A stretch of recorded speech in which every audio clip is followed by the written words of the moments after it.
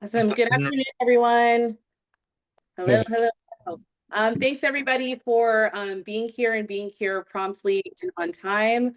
We're excited to have you all here as we gear up for internship season for summer 2025. So obviously all of our STEM core students here today, you have already gone through submitting your internship application. You've had the opportunity to interview with our growth sector staff. And congratulations, you've all been selected to move forward in terms of moving forward in the interview process with Lawrence Livermore National Lab. To give you some context, Lawrence Livermore has been a huge supporter of the STEM Core program for a number of years and is really looking forward to being able to bring on several of you on the summer to being able to be directly at the lab, working with engineers and practitioners and getting some hands-on experience. So we're definitely excited to have you in this process. Today's session, we did note is required because the process through bringing students on as interns through the lab, there are several stages to that. So we want to make sure that you all are aware of what the full process looks like, overall expectations for you as an intern, and just so that you're aware of the next steps in terms of how you can continue on in the process for summer 2025. So we'll be sure to leave some time at the end in case you have questions for the team. We're also recording today's session, so we'll be sure to be able to share the recording with you afterwards that way you can reference that as well. If questions come up for you, you can either hold on to your question until the end of today's session, or you can put your question right in the chat and we'll make sure to address that as well. So to kick us off, I would like to introduce long-term STEM core advocate, Randy Pico, to introduce himself and to give you all a little bit more information. So welcome, Randy. hi there, everybody. This is Randy Pico here, and I'm going to give you some information. I'm with Lawrence Livermore National Lab. I'm going to give you some information about the laboratory, and then my colleague here, Shane Athey, is going to give a little more detail about the internship opportunity and the experience. And I am joined today. I noticed there's a few other superintendents out there. Superintendent, that term will make more sense to you as we go on this journey together. And so Rob and Larry and all the others out there, feel free to kick in and I'll try and certainly point it out, but let's not let anybody be shy about the information. So Cheryl, it's great to be here with your team and excited for the opportunities that may exist for some of these potential candidates to work at the Lawrence Livermore National Laboratory. Um, this is the first of its type where we're going to kind of share a little bit about the laboratory with you all as you go through your application process with STEM Core, Growth Sector, and all the outside agencies that help fund you to get to this place. I know many of you coming from different organizations, different places, and it kind of culminates with this opportunity with STEM Core and them. And so I'm going to talk a little bit about the lab to contextualize kind of what the work is like here. And now some of you may ask questions along the way or may say, you know what, this is just not what I really thought it was about. And maybe it's you have other opportunities or other academic or career choices that you may have. And we're going to try to help you make some of those informed decisions, certainly about the lab. So let me do a share if I can. Okay, Cheryl? Yeah, I think you should be able to share your screen. Okay. And so I hit share and you tell me, is it sharing? Is it sharing with you now? Yep, we can see it. All right. So um, I'm Randy Pico. I'm the Senior Superintendent for Engineering Director at the Lawrence Livermore National Lab. Now, the laboratory on any given day, um, oh, let's see here if we can do this. Make sure I can. On any given day, the laboratory, our employee count on this slide has definitely changed. We're growing institution, so this slide's a little bit dated here, but this is the Lawrence Livermore Lab. We've been around since about 1952. 7,000 employees. We're probably up to 8,000 employees. 1 square mile, 640 acres, and we have probably now more than the 517 facilities. We get a budget about 2.3 to $3 billion a year.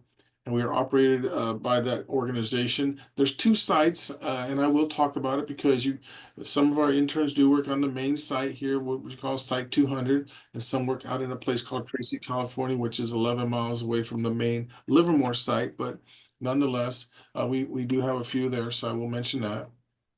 Livermore is a very historical place. Lawrence Livermore and came out here from Berkeley back in 1952. This 1 square mile is home to the most fastest, most powerful computer in the world. It's the home to where we make our own sun, the National Ignition Facility, the world's most powerful lasers. This is one of the sites that creates more patents than any place in the world. It was a crucible to many projects like the Human Genome Project, many advances in microtechnology. One of the few places FDA approved to do some of the implants. So this is been a historically phenomenal place, a place of Nobel laureates. And that 1 square mile on any given day, they say, is one of the most educated places on the world because of its high concentration of PhDs and people in STEM. So we'll share a little bit about that too. Now, there are other national laboratories, and I know through Cheryl and Gabe and all the people with the organization work with, they work with many of these national labs. I put this up because I think it's important here when you look at us here again. Livermore is see, I don't know if you can see my pin, but we're kind of in the middle up here. So Livermore, that means that we do a lot of science. Yes, Nobel laureates. We have discovered things on the periodic table. Not many, maybe almost none of these labs can say that, but we have in many cases done that. But we are a very serious, strong engineering facility. And I'm from engineering, and so I'm very proud of that. Um, but you can see these national labs, some are way on the science side, like my dear friends at Brookhaven and Fermi and Thomas Jefferson and Berkeley.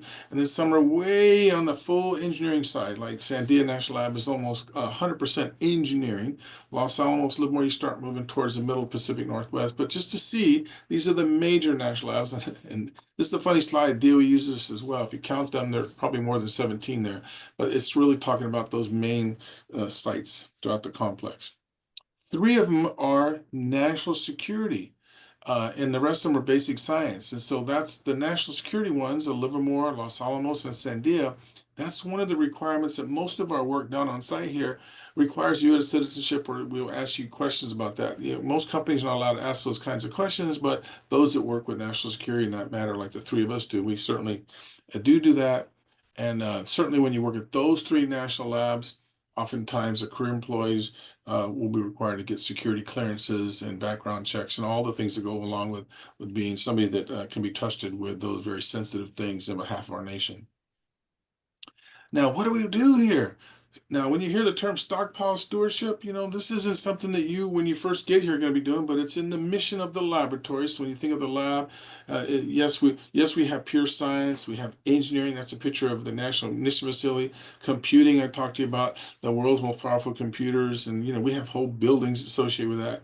And when you have the most powerful computers in the world, you have to keep that temperature within a 0.0 degree difference from the heat. And so it takes a lot of engineering to do that as well. Well, we are the ones that certify the nuclear stockpile for the nation. Our members here testify before Congress on that. We work on weapons of mass destruction, and we have a whole organization here devoted toward global security. So if you're in New York City in a subway, the lab is helping there. If you were at the Olympics or the Super Bowl and some of these places, the lab's helping there. In fact, some of the people online here from the lab are on those response teams that they go in a moment's notice to make help. Multi-domain deterrence, energy and climate. We do a lot with that. We are the National Atmospheric Research Center. So the whole world has rivers and streams and lakes of air that move around, and we track those things. And you might wonder, how we got involved with that? Well, when there's things like a reactor someplace or something going on and something happens, you want to know where that wind is blowing so that you could detect that and offer advice at a technical level. So where do we get our funding? Where does Lawrence Livermore National Lab get its funding? And you will see a lot of it because we're one of those NSA, National Nuclear Security Administration labs. We get the majority of our funding from that. This was FY19. I can speed read this. These are kind of an old slide.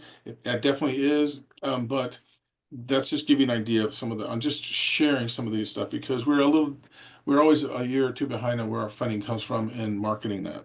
But you can see we still get money from the defense, from science, all those safeguards. Here, National Ignition Facility, 192 beams, the most powerful computers. We do biological. You might be here supporting some biological stuff. You might be here supporting some intelligence stuff. You might be here supporting cybersecurity or explosive security. This is the kind of place we do work with that. We have energy, we have climate, we have all these things are going on here in research. Now, this is another bit of a data slide because we're always moving, but just to give you an idea of the workers we have here, we have literally thousands of PhDs on any given day, a lot of masters, bachelors, and associates. So I don't want you to feel out of place because you might think, oh boy, I only have an associate, I'm working towards an associate. But our technical workforce, those hands-on technologists that support our science engineering team, play a vital role in the success of the laboratory.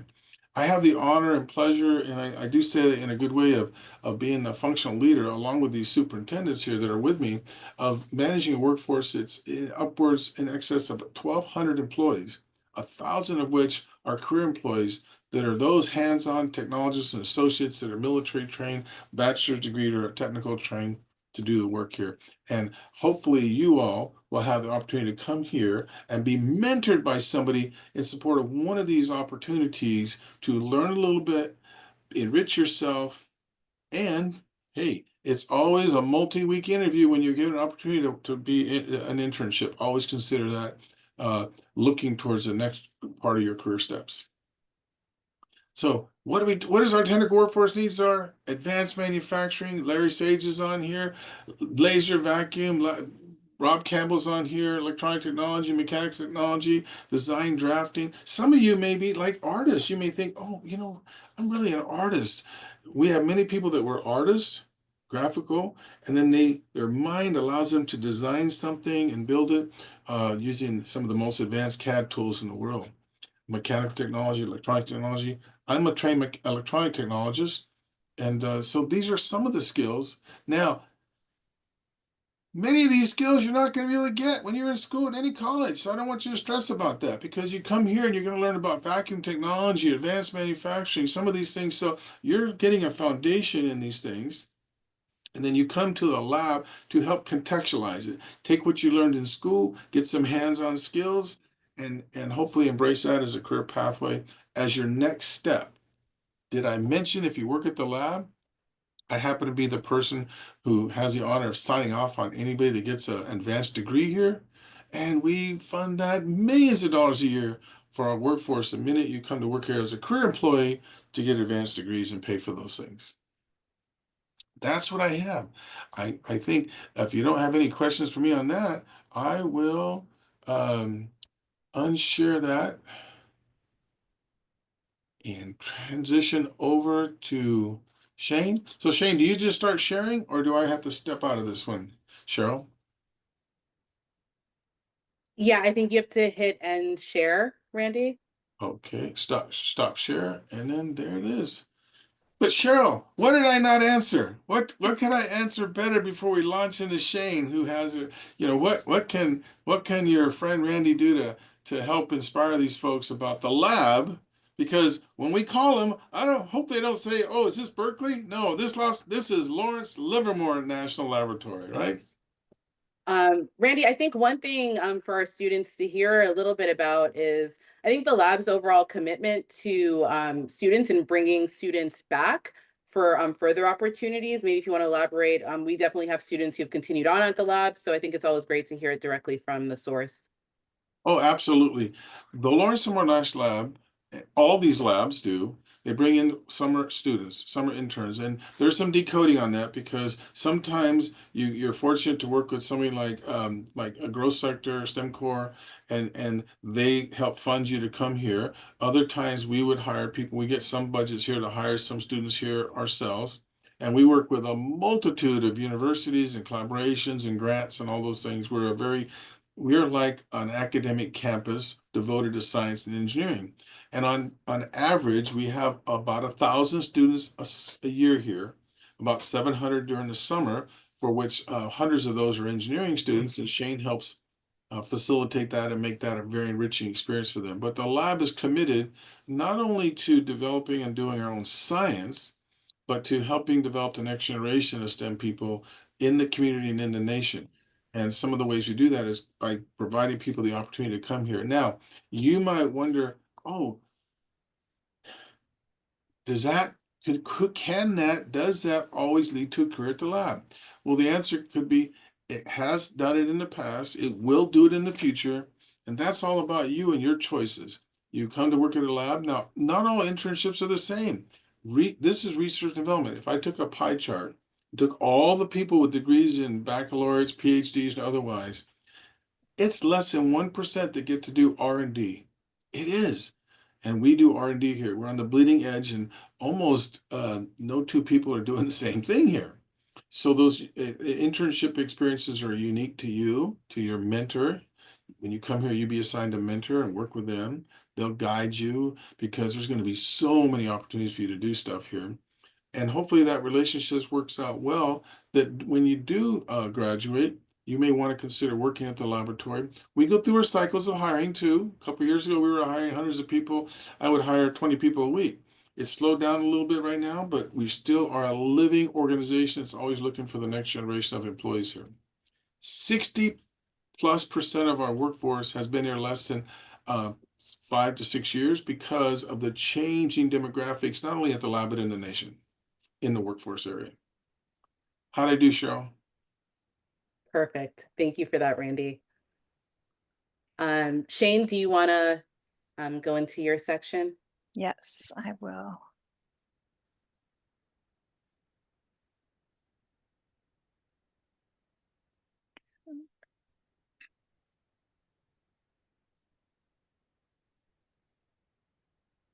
And for our students, if questions are coming up for you, feel free to add them to the chat and we'll be sure to get to them.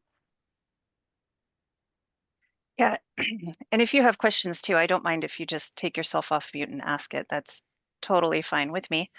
My name is Shane Athey, and I work with Randy, but I oversee the student intern program, the experience here in the we call it a PAD, the Principal Associate Directorate, but in the engineering area for Lawrence Livermore National Laboratory. And we just give you different different experiences in what it means to be part of our workforce.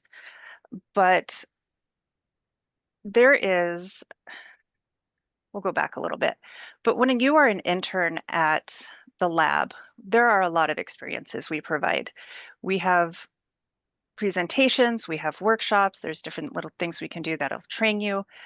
There's always socials. We have lots of opportunities for students to connect with one another, with our senior management, with other mentors. The whole idea of an internship for us at the lab especially is for you to get experience not just with what you're studying in school and not what you are doing potentially as a career, but also how to be part of a workforce. There is so much more to having a career than just focusing in on your job. It's connecting with people, it's networking, it's learning how to be part of a community of coworkers. And how do you navigate that? How do you handle that? And part of that you learn just by experience and just by going through it. But a lot of it too is you can learn it as an intern because that's you're at the ground level. You're able to kind of build off that, but it's a really good, safe place to start that process. And in order to do that, when you're an intern here, there are some things that we need from you before we bring anybody on board, that before we can bring you in. And it's going to sound like a lecture, and I don't really mean it to be, but I cannot stress enough how important things like this are, not just for us right now as, you know, you might come in as an intern, but also think about it in the future as you are preparing to apply for a professional job as in your future. But speaking for right now in the immediate. Always your contact information. We always need to have it to be current. We need to be able to communicate with you quickly and to be able to receive a response. I was going through some resumes not too long ago, and there was a student who left off a digit of their phone number. I have no way to call. I have no way to text if I needed to, and I don't have time to go through and try out and figure out which digit is missing. So really pay attention, keep your contact information current on whatever you're submitting to us, your resume application, all of that. And then, like Randy mentioned, here we do have requirements when it comes to citizenship. You will need to answer things like that, and we will be asking you about your background and about the things that your experiences. What are you experiencing at school? What are you learning, studying? Where have you worked in the past? Where are you working now? Things like that. And we need you to be able to respond to us quickly. If we send you an email, if we phone, give you a call, we need to hear back from you quickly because we have deadlines and they tend to be pretty hard and fast. We can't wait a week. Things move too quickly. So when you get a call or an email from us, do pay attention to it, do respond to it. And in that, make sure your voicemail is set up on your phone. Make sure that it has space to receive messages and make sure it's set up because we're calling. A lot of it is we're going to be calling you or emailing you, perhaps both. So do pay attention to the communication and make it available so that if we need to leave a message, we can. Sometimes information gets crossed and we might say, oh, here's a hire date for you. But Growth Sector STEM Core, as your funding organization, they're setting that start and end date for you. And we are going to be able to follow suit with that. There may be some instances where we have to wiggle it a little bit, but that can be done between us. You can talk to Cheryl or whomever you're working with on that, and she can talk to us. But if somebody here at the lab calls and says, oh, okay, your start date is going to be June 26th, but Cheryl has told you it's June 2nd, we need you to be able to speak up and say, well, my funding organization has shared with me June 2nd. We can then go, okay, and we can figure it out and work with Cheryl on that. But we need you to be able to speak up and to tell us that. Nobody's going to get mad. Nobody's going to deny you a internship just because you spoke up and brought it up. But we do need you to share that with us. And ask questions about the area. If you're not from this area, you don't know what's around, are you going to be working at what we call the main site, which is in Livermore, or are you going to be at Site 300, which is out in Tracy? And it's quite a ways. I think it's about 25, 30 miles. Randy, is that correct? It's about 11 miles from the lab. It may feel like 20. That About is a 11 bit. miles, but it's in a different county and it has a different city is closer to it. So yeah, we don't Yeah. have a lot, but we've had some. So just be aware of that. Yeah. So ask questions. Where am I going to be working? If you are relocating to the area for the summer, ask questions about housing, transportation, different logistics. If a lot of it, if you're not in Livermore, you're going to need a car. Tracy might look like it's really close, but when you're coming in the morning, there's a lot of traffic and it can build up and, just be open to asking questions about what it's like in the area, what can be done, what is around you. I have a question, if that's okay. Yeah. Sorry to Yeah, interrupt. absolutely. So about the location. So is there like is like BART, like free BART if we're actually into the internship, or like do we have to still pay like on our own pocket for BART if we're far away from the area? Yeah, we do not provide stipends we at the lab don't have stipend for transportation like that. And we do not have, as far as I'm aware, and unless something has changed, we do not have an agreement of any sort with BART, with any other transportation agency. You would have to pay for it out of your own pocket unless the funding organization gives you a stipend for something like that. But let me inject here. Shane. So that everybody knows, because I'm seeing all the questions here about start dates, what's your internship daily look like, what are my work hours? The laboratory is 10,000 people in 1 square mile. There's many ways to get to work here, from the BART to the BART bus to the train that comes up from Tracy that drops people off, that the lab provides transportation to get from that train to here, to driving in, to some people biking in that live in town. So you have a unique opportunity yourselves for your own individual situations to help understand those logistics. And some of the ways is by asking questions of some of the lab people that may offer you advice in those areas, or the mentor might help you in those areas, because everybody's a little different. Just like your work hours, you're not going to be working overtime. Your work hours may tune to the group you're in. Some may work 9/8 or some may work 8s. Typically they work the straight 8s. So those will get worked out in the discussions with the lab.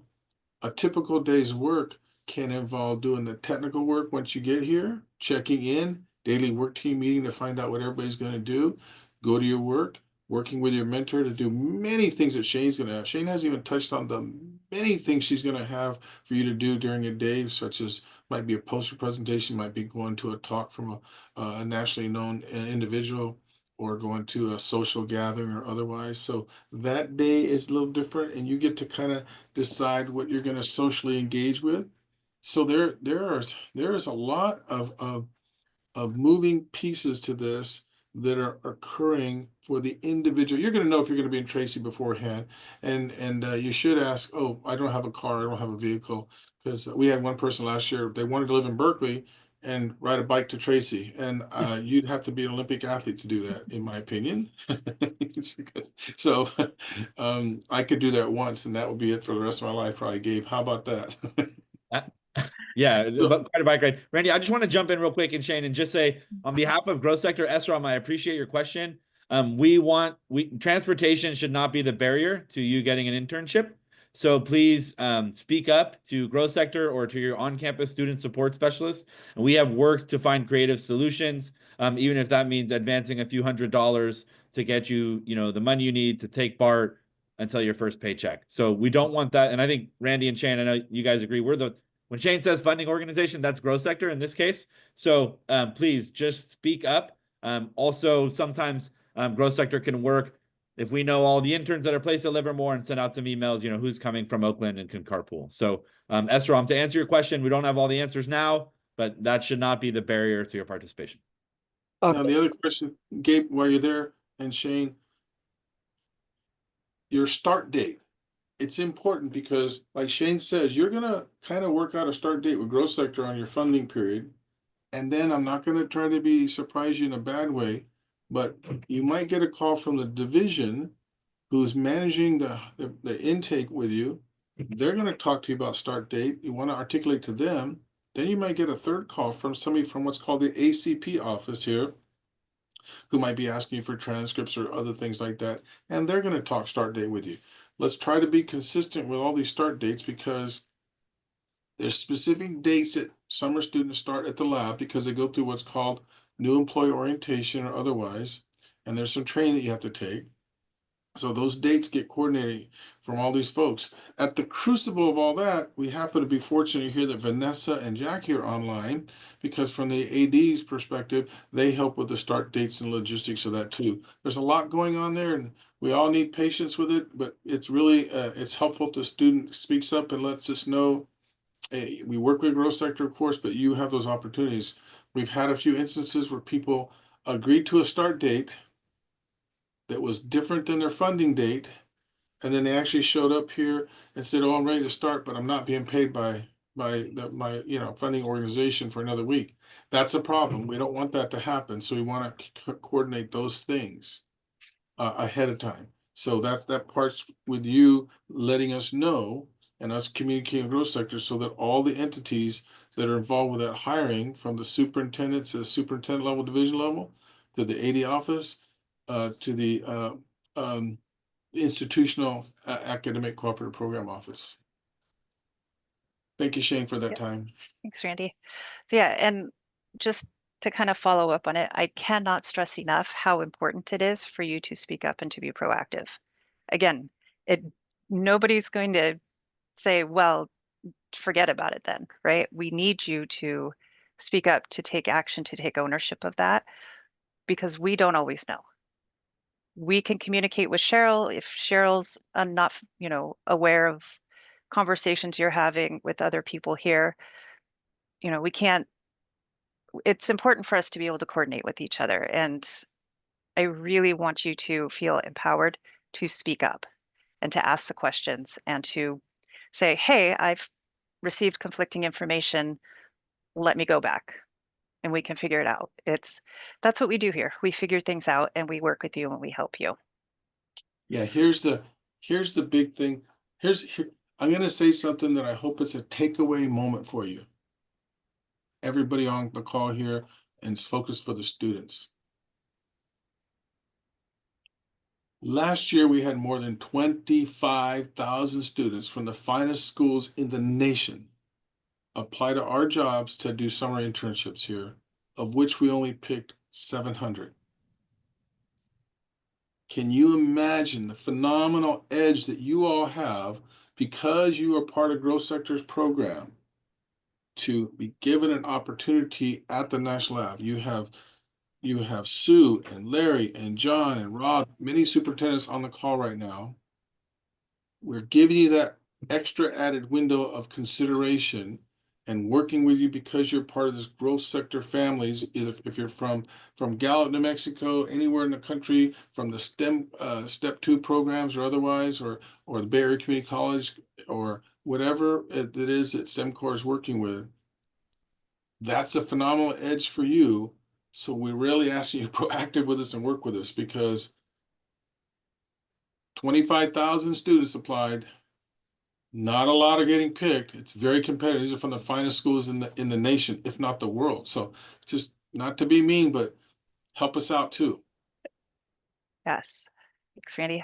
So some other expectations once you are here, once we have our students that we've selected and they're on site and they've started, we have so many events that we plan, that I plan. I'm the one who plans everything for you.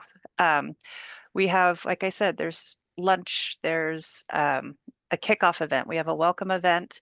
There's always food around for our students. And it's not just here in our engineering area, it is also lab-wide. There's always something going on. And I highly encourage you to take advantage of as much as you can, because it's connecting, it's getting to know how to be in a workplace with different events and things like that. Are you here to do a job? Absolutely. We want you to do that job. We want you to work and learn as much as you can from what you are doing and from your mentor. But we also need you to expand yourself a little bit and to see what else might be out there. It only adds to the breadth and depth of your knowledge. So there's different presentations on different areas, different things that we work on, specialties, what have you, tours, different tours around the area of the lab, and socials. Please do everything you can to take advantage of these. You're not getting fired for doing this. We offer this to you. It's part of the internship experience. We want you to take advantage of it. Ask questions. Goodness, ask so many questions. Ask your mentor, ask the people around you, ask other students, ask me, ask, anybody else that's handling things. We want to be able to share what we can with you to help you grow. And it doesn't have to be about the science or about whatever else you're working on. It can be, what was your journey to get here? It can be, where can I find pencils? Just ask questions. Don't feel like you have to silo yourself or that anybody's going to think that you don't deserve to be here because you're asking seemingly mundane questions. We're happy to answer. We're happy to help. We want you to come to us. And again, this has been a common theme through what I've been sharing with you guys, is to be proactive, Be proactive in taking advantage of things, be proactive in asking your questions, be proactive in everything. We want you to take charge. You're in charge of your education, right? You're in charge of what you're studying, how you're going to get there. The same thing with your career. You are in charge of it. Nobody can drive it except for you. And this is a really great way to start learning how to do that. So please be proactive, ask all the questions, and take advantage of everything that we can offer you, because it's a lot. And we, in return, fully anticipate being enriched by you being here as a student. We love our summers when the students are here. It's just a really great fun place, and we're so passionate about helping you guys and putting you on a really great path to what be a fantastic future. So again, take everything that Randy and I have shared with you in. If you have questions, we'd love to answer them. Again, doesn't matter how mundane it might be. We do, Randy's on the line, obviously, but we do have some of our other superintendents who are here that can also perhaps answer questions you might have. But go ahead, ask away. We are here for you this afternoon. Thank you, Shane. Thank you. And Shane, if we could, I mean, Kaz and Dave and Gabe, Cheryl, they're online here. Vanessa and Jackie, I saw them here. We have Sue and Larry and John and Rob. Yeah, don't be shy if we're missing out on something here. Lastly, but I know you have questions. Maybe Shane, you can take a look at their questions and put on chat. But I will tell you, we do care about safety at the Lawrence Livermore National Laboratory. Safety is paramount for yourselves and others. And we have safety officers online here as well. Everybody has an able right to do a work pause or stop should you see something. So you're going to take a lot of safety training courses that is going to be valuable for you. You're going to probably take a dozen or more safety training courses that you can print out and take with you as part of your resume, that magical toolbox you take with you. So you're going to get that opportunity here as well. And you're paid to do that as well when you're here. I'm going to call upon any of the superintendents have something? And then be ready, superintendents. Be ready, superintendent. Shane, go ahead. Answer those questions. Well, there's a couple questions. Somebody was asking if you can choose between Tracy and Livermore. Not really. I think it's where your assignment is. It's where we can place you with a mentor. You can choose not to accept that assignment, of course, but for the most part, where your mentor is located and where they are, what the work is they have for you to do, that's where they are. That's the location. I think you should put your preference in. If you really have a hard preference because you happen to live in Tracy, you might put that preference in, but it can't be guaranteed. Preference, but it's not. Yeah. No. And you can let us know, but yeah. Let's see. Shane, I can answer the housing question. Oh, okay, go for it. Great. So for the students who are attending Bay Area community colleges, we don't generally support relocation stipends. And so the hope is that you can find a way to get out to Livermore to the site every day. And again, as I said earlier, happy to work with you on that. I know we have some folks from the Gallup McKinley County Schools program who have moved on and who are not in the Bay Area. There is a potential housing stipend for those students or participants or interns, like a relocation stipend. But if you're on this call and you're going to Laney or Skyline or Ohlone or City College of San Francisco, the hope is that our expectation is that you can get to the lab every day. Again, talk to me or us if not. But if you are coming from further than that, from out of state, we can discuss, and we have been able to provide housing stipends, especially to those students from the Gallup McKinley County Schools alumni, and have been able to provide those up front.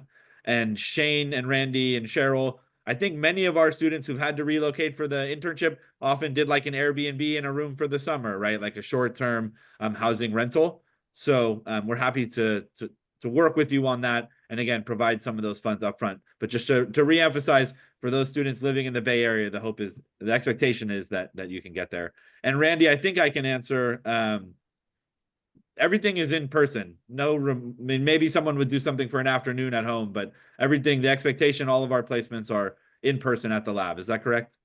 Yes, Yeah. for this discussion, we're talking about internships. I think we're always in ongoing discussions, and I am not going to tell you I'm exploring externships, but right now, no, now during the COVID crisis, we certainly did externships, but right now these are internships that are intended to be here. And I will Awesome. say, for the most part, it's going to be up to each individual area within engineering, but for the most part, if you have a laptop, if we issue one, we have what's called property pass, and that is what allows you to take a laptop on or offsite. For it to leave the lab, you have to have a pass. And we don't always issue those to students. There might be exceptions, but as a general rule, we don't always issue them to students. So potentially something to talk to your mentor about, but in general, the expectation is that your laptop stays here on site. So I'm going to transition. Can I get the superintendents to answer that next question really quickly, just in like 2 or 3 sentences each? Shane. So Which one? Rob, I'm going to come to you and just throw out really quickly, Rob. Don't think about it too much. What's a day in the life like for an internship over at LSEO Laser, the home of the world's most powerful laser? They make their own stars. That guy right there is the senior superintendent over there. So typically it's going to be working in a team environment, building up some sort of diagnostic assembly or what we call line replaceable unit, where we're changing out equipment on the laser. The laser itself is about 10 stories tall by 3 football fields, so very large facility that's primarily a clean room type environment. So a lot of the work would happen, hands-on type of work in a laboratory, building up and assembling equipment or testing equipment. Thank you, Rob. And Sue, this is Sue Swift. Are you available to talk, Sue? I see you over there. Can you give us an idea? Sue has come up from the mechanical technologist route through ignition and working in weapons, and now is one of our superintendents in our most advanced manufacturing areas, along with these other ones. Sue, give a quick one. Good afternoon. Can you hear me okay? Yes, we hear you.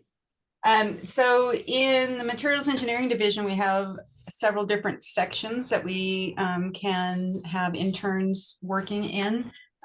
So it depends on the area that you get assigned, but it would be typically in our plastic shop where you're going to learn about different types of fabrication with polymers, plastics, 3D printing, or you could end up in our vacuum technology group, where you're going to learn about deposition coatings, vacuum systems in general. We have a system where we bake out, NIF parts or parts that support any of the other projects where we run vacuum systems and ovens to bake out.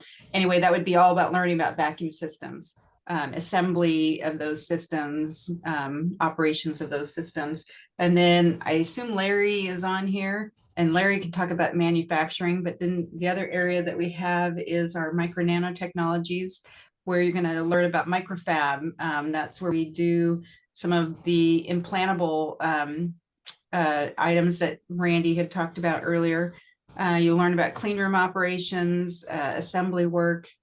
So a lot of fascinating cutting edge operations going on in that facility.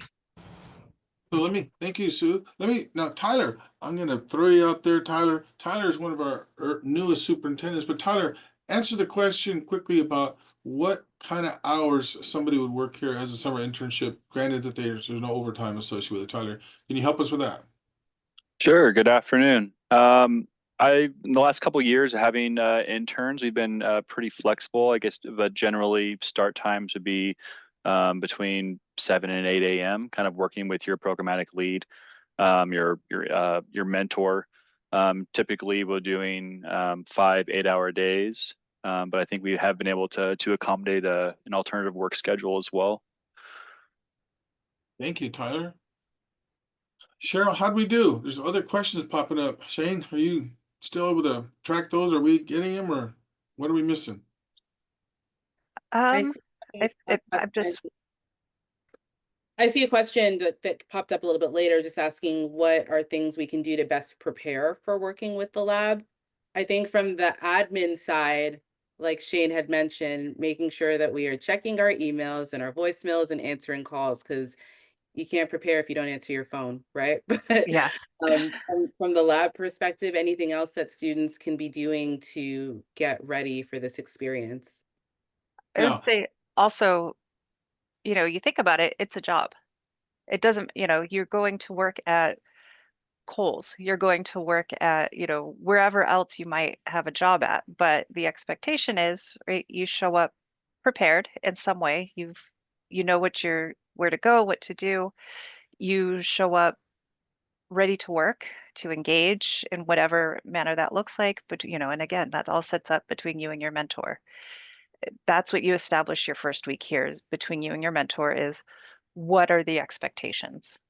What are you going to do moving forward? So it's not, yeah, we do research and development, and yes, there's a lot of technical work and scientific work that we do. But think of it, it's a job, right? It's no different. It's fundamentally, it's no different than where else you go to work. The yes, expectations of being a hire and, get to know the lab. We have a really great website where you can read about some of the things that we do and how we do it. You know, again, look at what you're, pay attention to what you're allowed to have on site and what you're not allowed to have on site.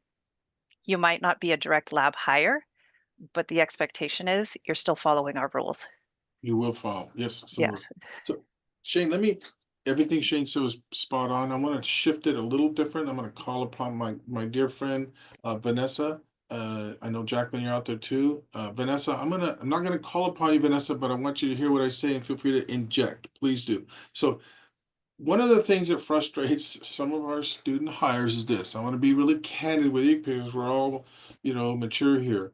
We are looking at you as what's called academic cooperative program students for many of you, and that means you'll be paid for, funded by growth sector or a mechanism there. You will work at the lab. Your checks will come from growth sector. You might be able to get some financial assistance from the lab, depending on the unique situation that Gabe kind of talked about. That is one pathway. There are a few of you here, some of you here, that might be hired on by the laboratory as what we were going to call in 2700 series scholars or scholar students. That is a different hiring pathway that Vanessa and those folks help manage all these pathways. And sometimes it does confuse students on the outside that have friends that are being hired as 700 series scholars and ACP students, and they think the benefits are different and all that. The salaries in the end should be about the same, but the mechanism for the hiring processes are slightly different.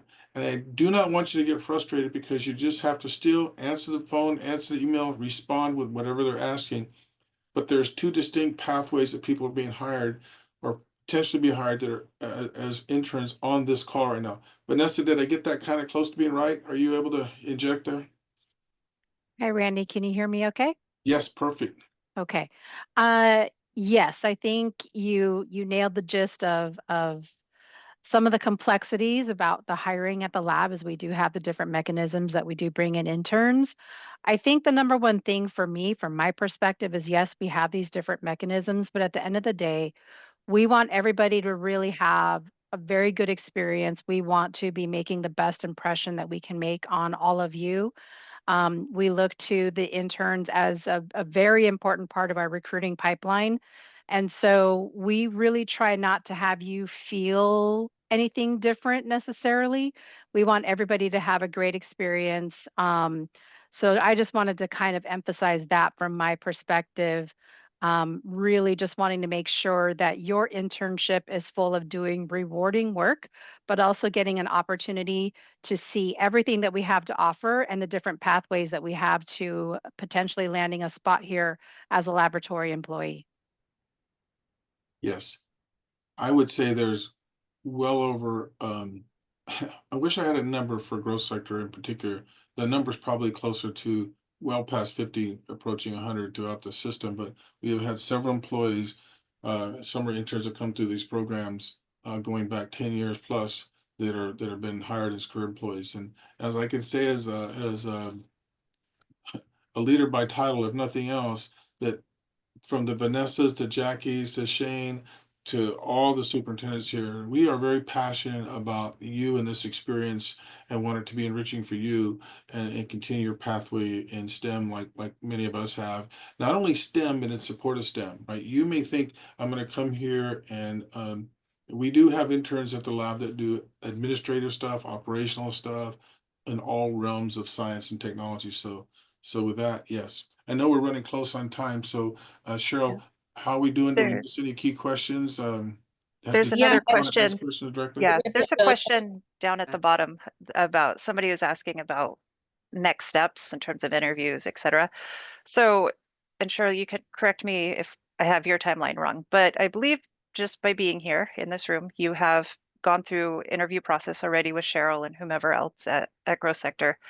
And they are then going to pass resumes on to us. And we take those resumes and we pass them around to different people that we think would be good mentors or ask them to look for other people who would The be willing, superintendents will, through the yeah, superintendents, to the to the different divisions. superintendents who will, you know, and it will go from there. So the next step you will get is a phone call, email, some type of communication from somebody on our end. It's probably not going to be me, probably not going to be Randy, but it will be, you know, you will see at llnl.gov. It'll be from an email with that ending, whomever the, you know, it's from, but just be on the lookout for that, or it's a phone call. Right? So just, again, communication, have it ready to go.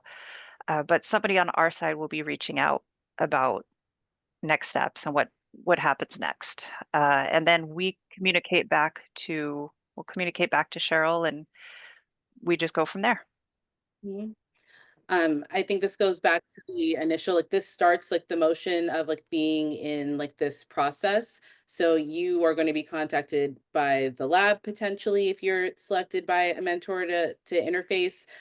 Growth Sector is going to be reaching out to you as well. So just in general, we need you to be responsive. Like you need to be checking your junk filters because students miss it all the time that way, checking your voicemails because as Randy had mentioned, like different people from the lab, different people from Growth Sector are likely going to be reaching out to you.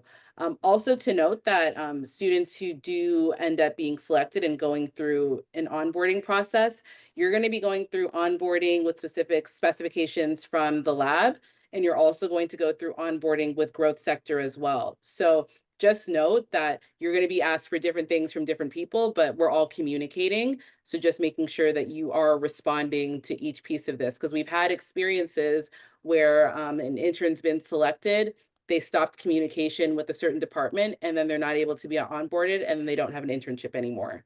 So you need to make sure that you are being responsive. So Cheryl, let me answer. Let me jump in here on two other things. One, start dates. Talk to your start dates with Cheryl. Communicate those dates with us. They're not all the same for everybody. I'm getting a little loud here because they're not. Because all your schools, if you're all going to the same school, you'd have the same academic schedule, and then even then you'd have different finals test dates, right?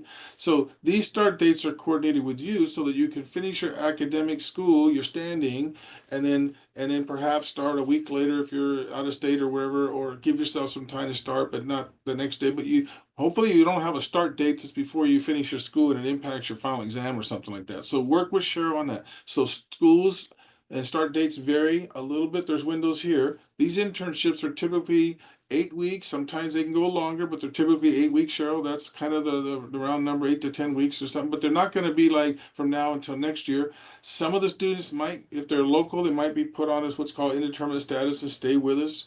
That happens sometimes, but it's a different process.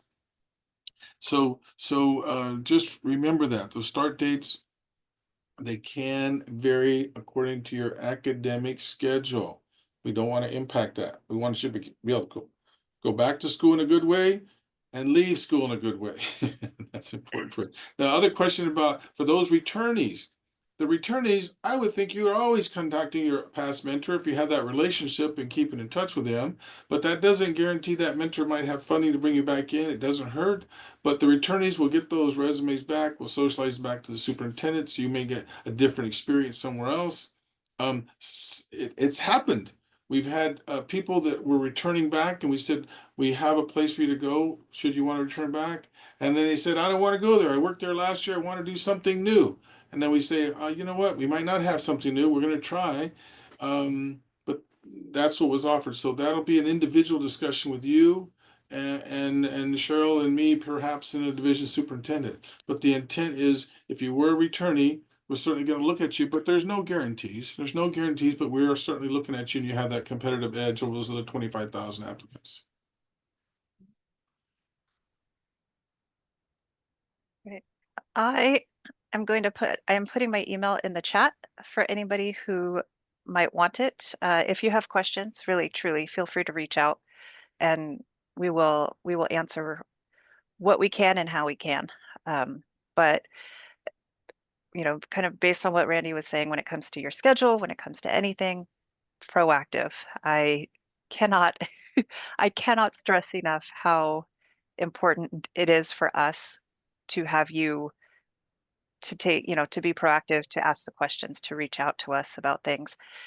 We don't know what we don't know, and if we can help you, we are ready and willing and able to do it. And if we can't answer the question, we'll liaise with Cheryl and whomever else we need to at Growth Sector and see what we can come up with. I have a quick question. That's okay. Yeah, go ahead. Yeah, absolutely. So, is like how is the what is the pay? Just out of curiosity. Like, do we know that? Like, are you guys able to tell us that now? Or? Yeah, I mean, So since the you pay would be for, I can funded, tell you that the pay for all these 1,000 students that come here is based on their academic standing. That means if they're a freshman, we have like a step structure to pay. If you're a freshman academically, sophomore, junior, graduate, PhD, they're all different. That we share those with our DOE partner, Growth Sector, in this, so they know what those pay steps are, and then they work out those within you individually.